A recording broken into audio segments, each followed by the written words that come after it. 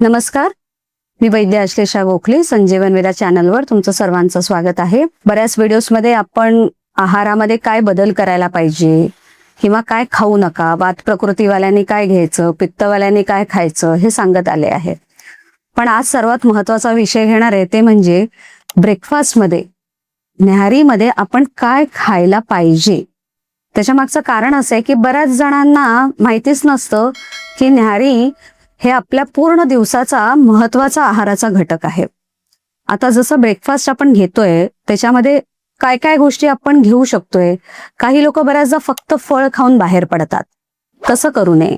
फळासोबत तुम्ही थोडेसे ड्रायफ्रुट्स भिजवून खाऊ शकताय आणि काहीतरी थोडंसं म्हणजे थोडेसे पोहे म्हणा, थोडा उपमा म्हणा असं खाऊ शकताय. पण बऱ्याचदा आपण पोहे खातो ना तेव्हा त्याच्यावर असं फरसाण, शेव हे एक्स्ट्रा कॅलरीज घालून खातो. तसं न करता पोह्यावर छान लिंबू पिळून किंवा कधीतरी उसळ घालून सुद्धा ट्राय करा. त्याच्या मागचं कारण याचं कॉम्बिनेशन जे होतं ना ते कार्बोहायड्रेट आणि प्रोटीन रिच कॉम्बिनेशन होतं. म्हणजे सर्वात महत्वाचे घटक सकाळीच आपण पूर्ण करतो. दुसरा पर्याय सांगायचा झाला तर मुगाचे डोसे, जसे आपण हिरवे मूग असो, पिवळे मूग असो, हे भिजवून जेव्हा डोसे करतो आणि त्याच्यासोबत पुदिनाची चटणी किंवा नॉर्मल नारळाची चटणी जरी खाल्ली तरीही पोषणासाठी खूप चांगलं आहे, कारण हा प्रोटीन रिच नाश्ता होतो. मग तुम्ही मिक्स आप्पे करू शकताय, त्याच्यात भरपूर भाज्या घालू शकताय. म्हणजे उदाहरणार्थ तुम्ही कोणताही प्रकाराचा मेनू जो तयार करताय ते भरपूर व्हेजिटेबल्स रिच असं जर केलं, जसं बेसन चिला काही जण खातात किंवा काही जण डोसे करतात ते पण रागी डोसापासून सगळ्या प्रकाराचे वेगवेगळे डोसे करतात. प्लेन डोसा खाण्यापेक्षा मी सांगेन की त्याच्यात भरपूर भाज्या घाला.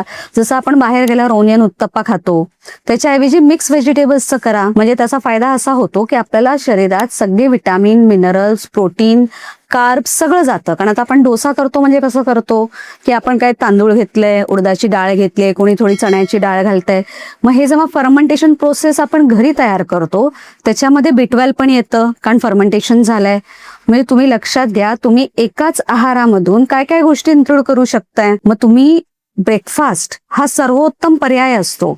मग या वेळेला तुम्ही, काही जण नाचणी खातात, नाचणी सत्व घेतात, ते पण खूप चांगलं असतं. दुधातून घेतलं तरी चांगलं आहे, ताकातून घेतलं तरी चांगलं आहे. पण आता तुम्ही सकाळी घेताय तर तुम्ही दुधातून घ्या.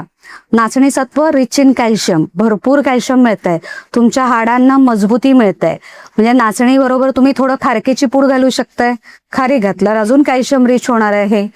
मग तुम्ही विचार करा, जर या छोट्या छोट्या बदल जर तुम्ही तुमच्या आयुष्यात घडवून आणलात आणि न्याहारी बेस्ट केलं, जसं इडली सांबार आहे, डोसा सांबार आहे. सांबार आणि इडली हे जेव्हा सांगतो ना आपण, प्रोटीन पण जातंय, सांबारामध्ये भाज्या पण आहेत त्यामुळे विटामिन मिनरल्स जात आहे, आणि इडलीमध्ये परत आपण कार्बोहायड्रेट्स आणि प्रोटीन कॉम्बिनेशन आहे. त्यामुळे ज्यांना पण शुगर आहे अशा लोकांना सुद्धा चांगलं असतं, कारण यामुळे स्लो शुगर रिलीज होत असते, म्हणजे इन्सुलिन स्पाइक होत नाही. त्यामुळे हा आहार न्याहारीचा म्हणून बेस्ट मानला जातो. म्हणजे तुम्ही आजपासून लक्षात घ्या, तुम्ही काय काय घेऊ शकताय. उसळ पोहे खाऊ शकताय, इडली सांबार, डोसा सांबार, मिक्स्ड आप्पे, नाचणीचे डोसे, बेसन चिला, असे विविध प्रकाराचे नाश्त्याचे प्रकार आहेत. कोणी मला विचारतं कधी कधी की मी सँडविच खाऊ का. हा, एखाद्या वेळेला खाऊ शकताय, पण तो पण छान व्हेजिटेबल रिच करून खा.